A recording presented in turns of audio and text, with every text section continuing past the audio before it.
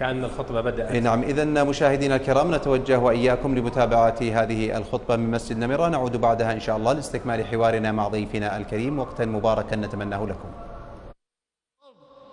وأسبغ عليكم نعمه ظاهرة وباطنة، وأشهد أن لا إله إلا الله لا يعبد أحد بحق سواه، وأشهد أن محمدًا عبده ورسوله، بلغ الرسالة وأدى الأمانة، صلى الله عليه وعلى آله وصحبه وسلم تسليماً كثيراً. أما بعد، فيا أيها المسلمون، اتقوا الله تعالى، فإن في تقواه الفلاح في الآخرة والنجاح في الدنيا.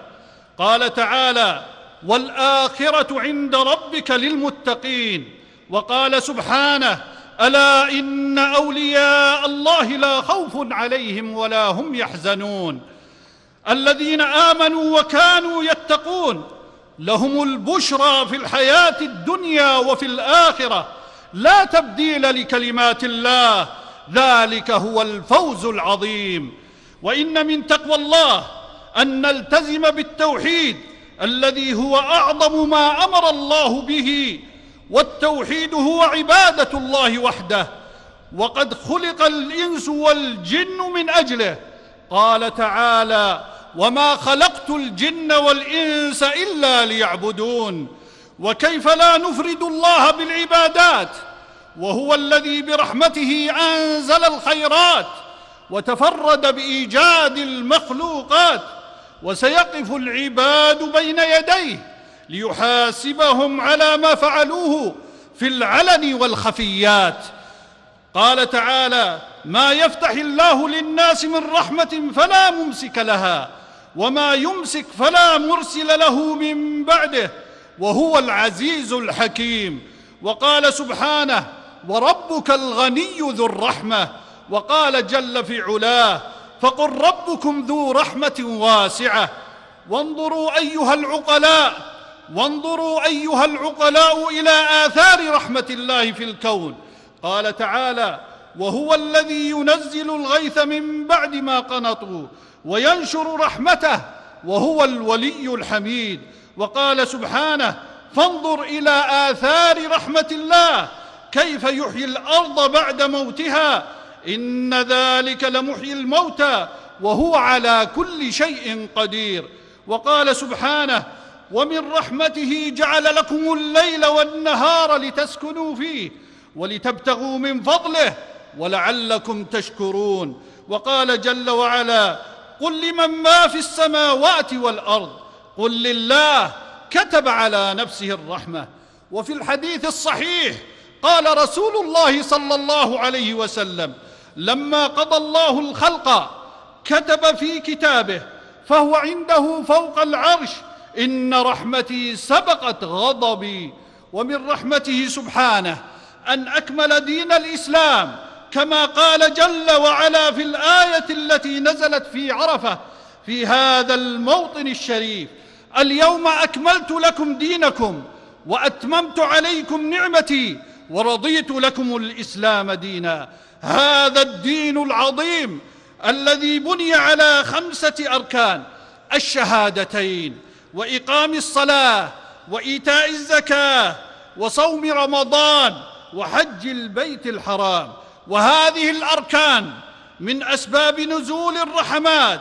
فالشهادتان: شهادة أن لا إله إلا الله، ومعناها أن لا يعبد أحد بحق إلا الله فنوحده بالعبادة، وشهادة أن محمدًا رسول الله فيطاع أمره ويصدق خبره، ولا يعبد الله إلا بما جاء به.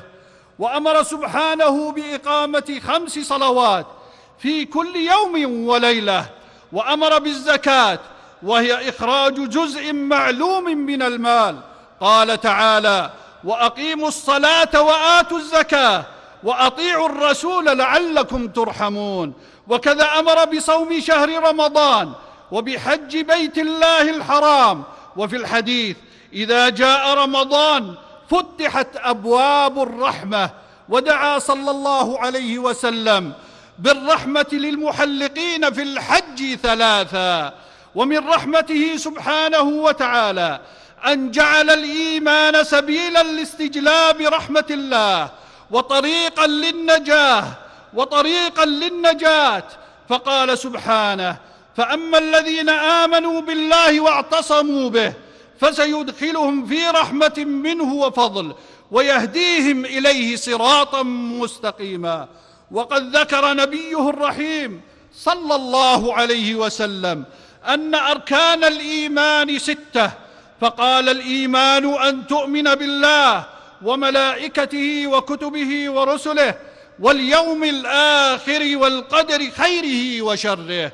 ومن رحمته سبحانه أن أرسل أنبياءه عليهم السلام إلى الناس ليكونوا رحمة للخلق أجمعين. قال تعالى لنبيه محمد صلى الله عليه وسلم: وما أرسلناك إلا رحمة للعالمين. وقال سبحانه: وما كنت بجانب الطور إذ نادينا ولكن رحمة من ربك لتنذر قوما ما أتاهم من نذير من قبلك لعلهم يتذكرون. وقال في وصف نبيه صلى الله عليه وسلم: يؤمن بالله ويؤمن للمؤمنين ورحمة للذين آمنوا منكم. ومن أسمائه صلى الله عليه وسلم نبي الرحمة. اسمع لقول الرحمن الرحيم: فبما رحمة من الله لنت لهم ولو كنت فظا غليظ القلب لانفضوا من حولك فاعف عنهم واستغفر لهم وشاورهم في الأمر. ومن رحمته سبحانه أن أنزل الكتب المشتملة على الشرائع المصلحة لأحوال الناس رحمة بهم. قال تعالى: أولم يكفهم أنا أنزلنا عليك الكتاب يتلى عليهم إن في ذلك لرحمة وذكرى لقوم يؤمنون. وقال سبحانه: ولقد جئناهم بكتاب فصلناه على علم هدى ورحمة لقوم يؤمنون. وقال سبحانه: يا أيها الناس قد جاءتكم موعظة من ربكم وشفاء لما في الصدور وهدى ورحمة للمؤمنين. قل بفضل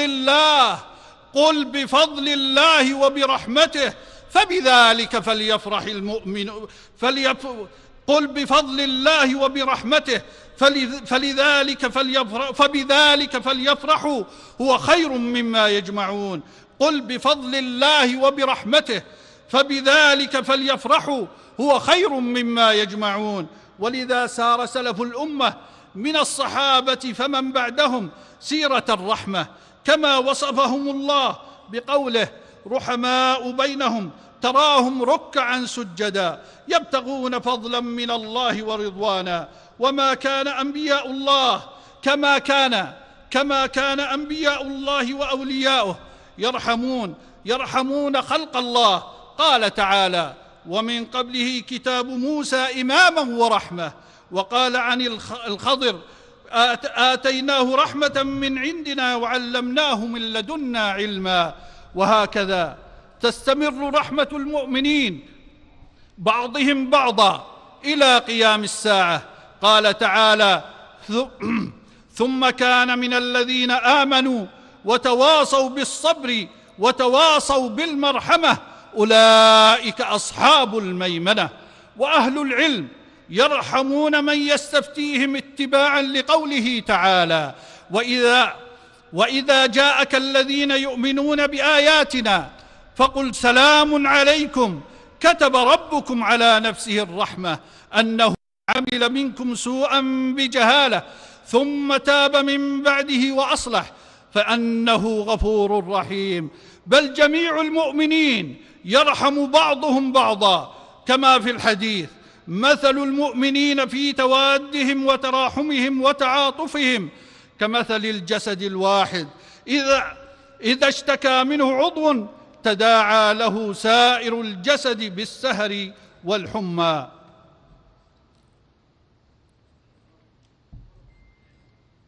وتشمل الرحمة جميع الخلق، وتشمل الرحمة جميع الخلق، كما قال النبي صلى الله عليه وسلم: ارحموا من في الأرض يرحمكم من في السماء.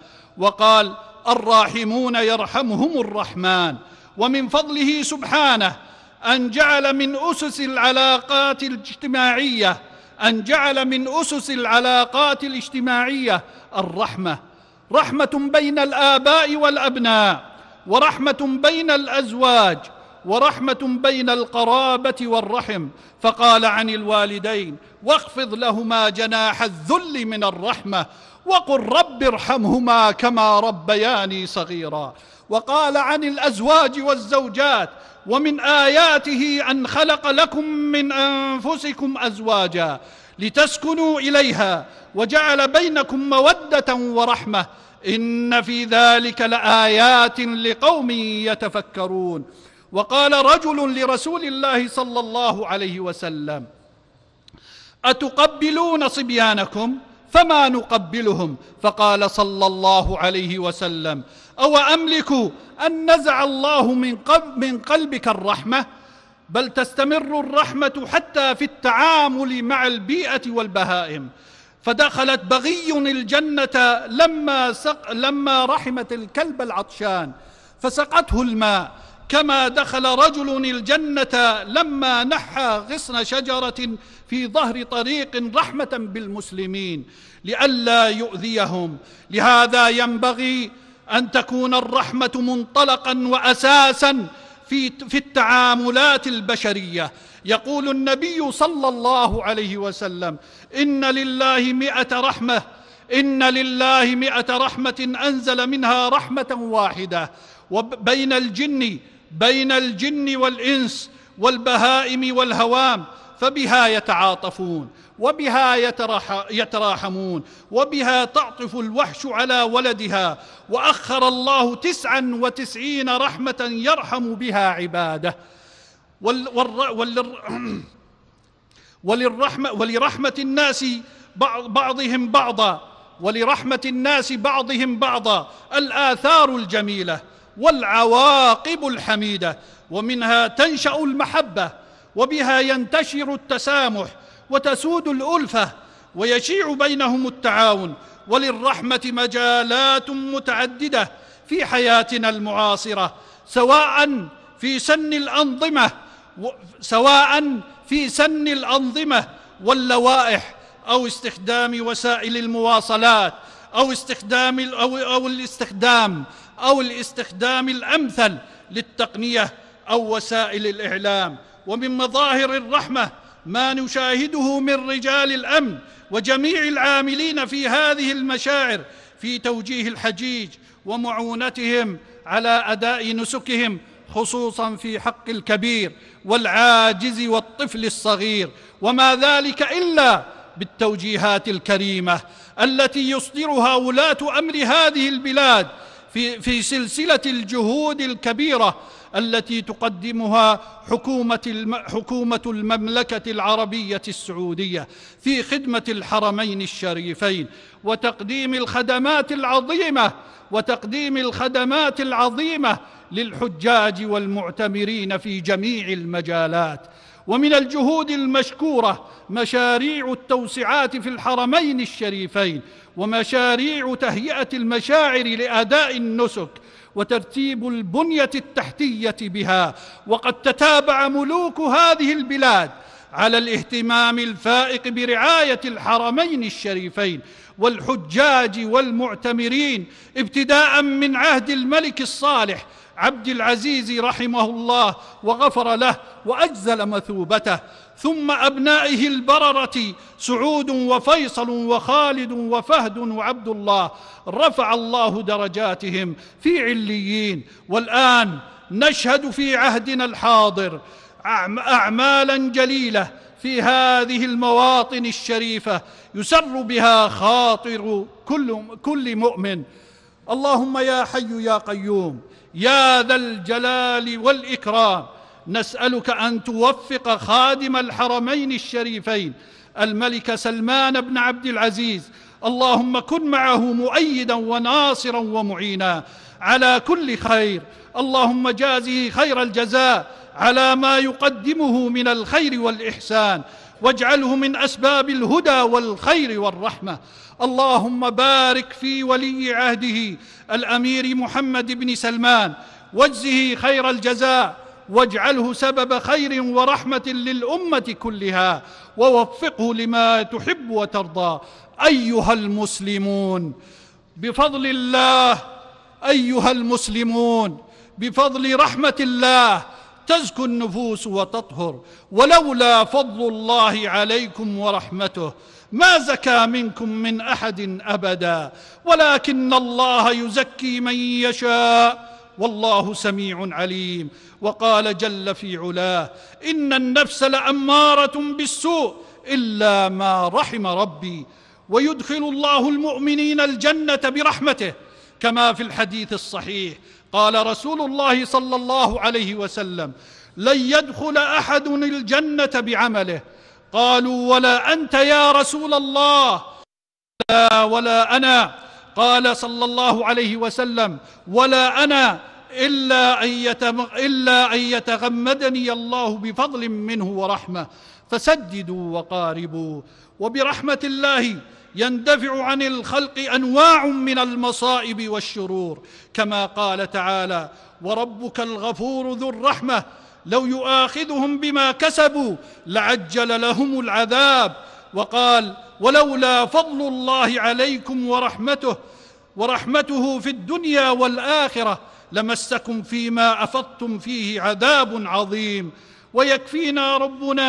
ويكفينا ربنا الرحيم شر عدونا الشيطان الرجيم برحمته سبحانه. قال تعالى: ولولا فضل الله عليكم ورحمته لاتبعتم الشيطان إلا قليلا. أيها المؤمنون، هناك أسباب تستجلب بها رحمة الله، فمن أسباب الرحمة التقوى، كما قال تعالى: اتقوا ما بين أيديكم وما خلفكم لعلكم ترحمون. ومن أسباب الرحمة المسامحة، ومن أسباب الرحمة المسامحة في التعامل.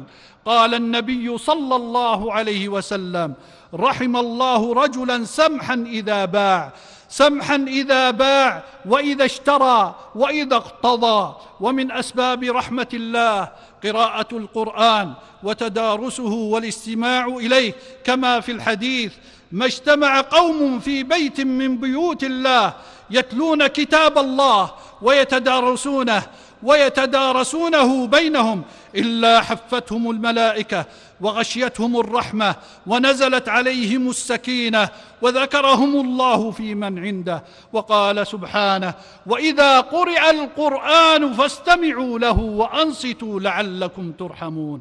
وقال جل وعلا: وهذا كتاب أنزلناه مبارك فاتبعوه واتقوا لعلكم ترحمون. وقال سبحانه: أمن هو قانت آناء الليل ساجدا وقائما يحذر الآخرة ويرجو رحمة ربه قل هل يستوي الذين يعلمون والذين لا يعلمون إنما يتذكر أولو الألباب.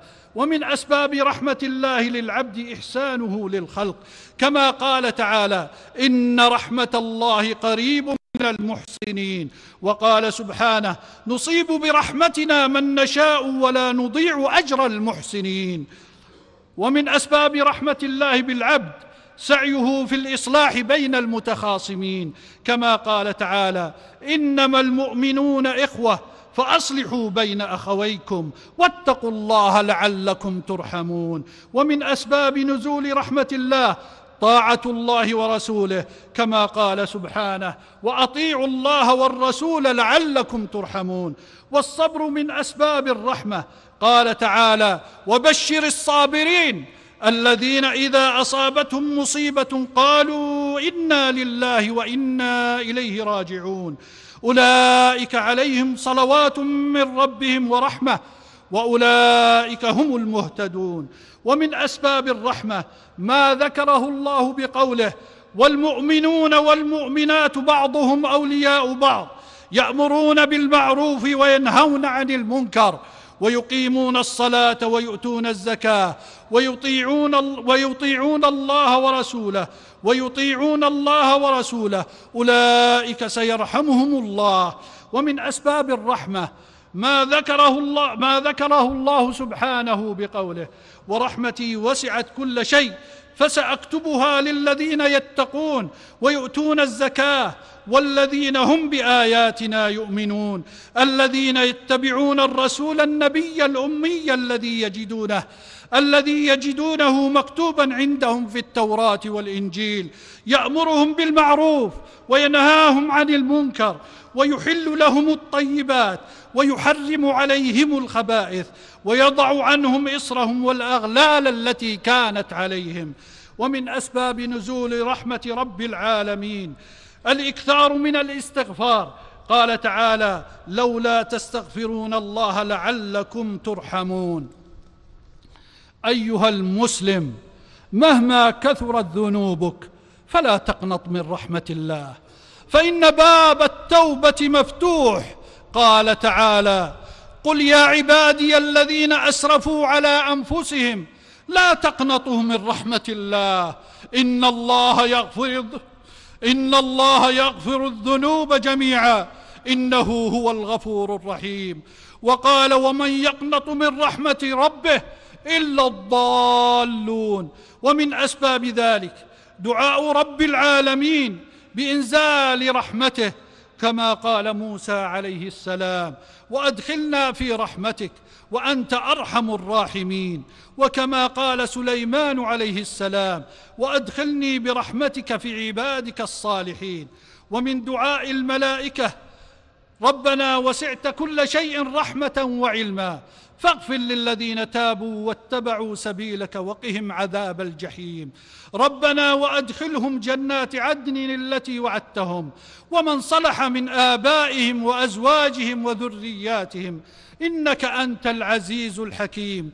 وقهم السيئات ومن تق السيئات يومئذ فقد رحمته وذلك هو الفوز العظيم.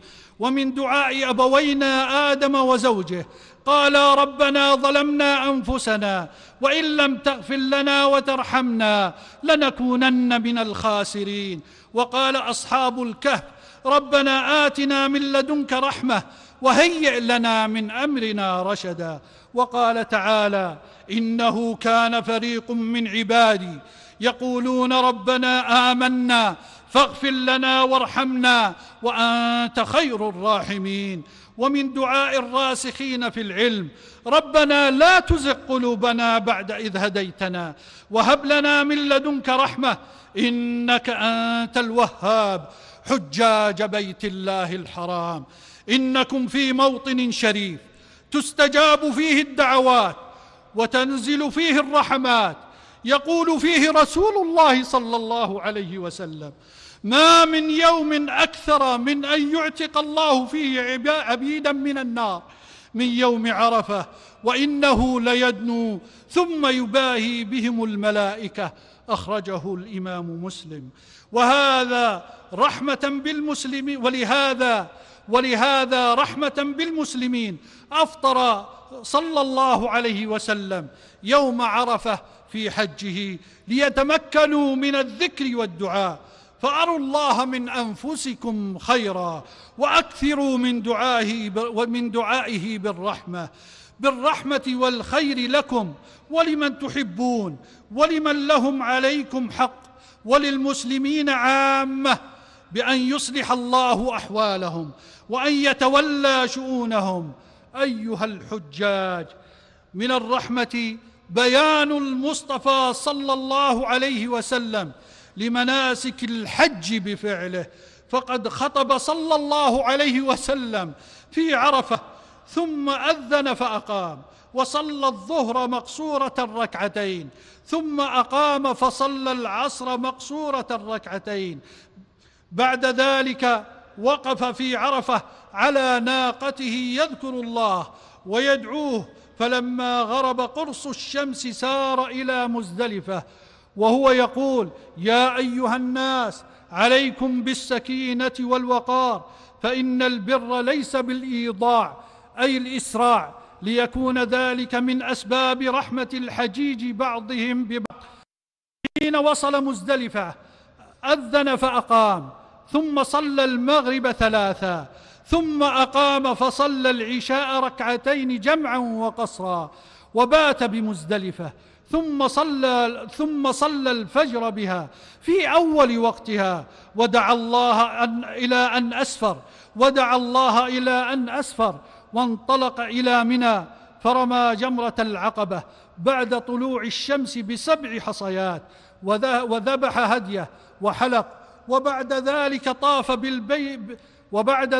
طاف بالبيت العتيق طواف الإفاضة، وبقي في منى أيام التشريق يذكر الله ويرمي الجمرات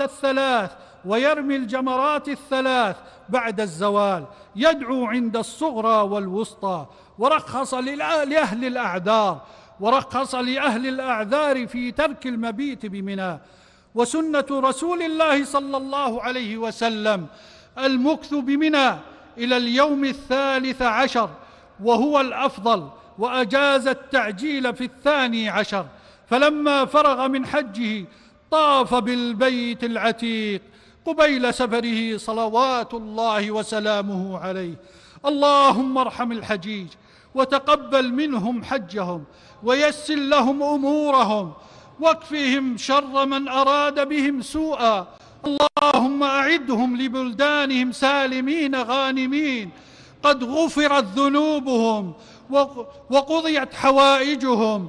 اللهم ارحم المسلمين والمسلمات والمؤمنين والمؤمنات، وألف ذات بينهم، وأصلح قلوبهم، وتولى شأنهم، واجعلهم يتراحمون فيما بينهم. اللهم أصلح أحوال المسلمين، وألف ذات بينهم، ووسع عليهم في أرزاقهم. اللهم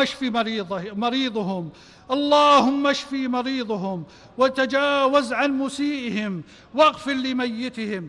اللهم اشف مريضهم وتجاوز عن مسيئهم، واغفر لميتهم، واغن فقيرهم، واقض الدين عن المدين منهم. اللهم اجعل بلدانهم بلدان خير ونماء وتطور ورفاهية. سبحان ربك رب العزة عما يصفون، وسلام على المرسلين، والحمد لله رب العالمين. وصل اللهم وسلم وبارك على عبدك ورسولك محمد وعلى آله وصحبه أجمعين.